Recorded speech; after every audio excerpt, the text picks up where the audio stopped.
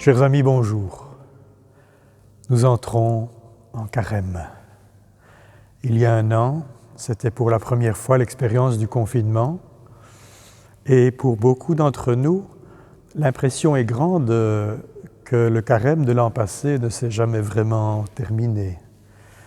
Nous sommes encore confinés et beaucoup parmi nous font l'expérience de la tristesse, du dépit, de la colère même ou du découragement.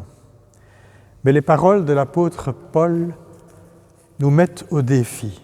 Je lis dans l'Épître aux Romains: « Nous mettons notre orgueil dans nos détresses, sachant que la détresse produit la persévérance, la fidélité éprouvée, l'espérance. Et l'espérance ne trompe pas, car l'amour de Dieu a été répandu dans nos cœurs par l'Esprit Saint qui nous a été donné. » En réalité, l'espérance, c'est que tout ce que nous vivons, cette grave crise, n'a pas et n'aura jamais le dernier mot sur notre existence.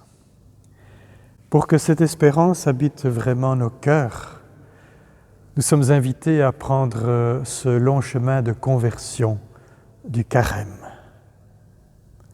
Nous prenons ce chemin qui est source de vie. Nous aurons à en témoigner d'ailleurs. Et quelle force de savoir que ce long chemin vers Pâques, nous le prenons en Église, ensemble. En particulier avec ceux qui marchent devant nous et qui nous donnent envie de les suivre. Je vous encourage à beaucoup d'engagement, beaucoup de créativité aussi, pour ne pas perdre leurs traces. C'est le Seigneur qui nous offre ce temps de grâce.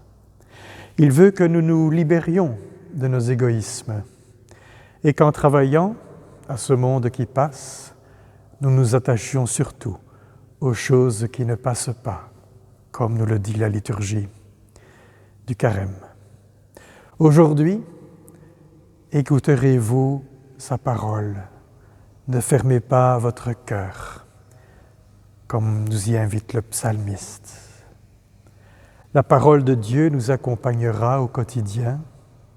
Le jeûne, la prière, le sens du partage seront les vraies balises de ce chemin de conversion qu'il nous faut, en ces temps très mouvementés, prendre résolument.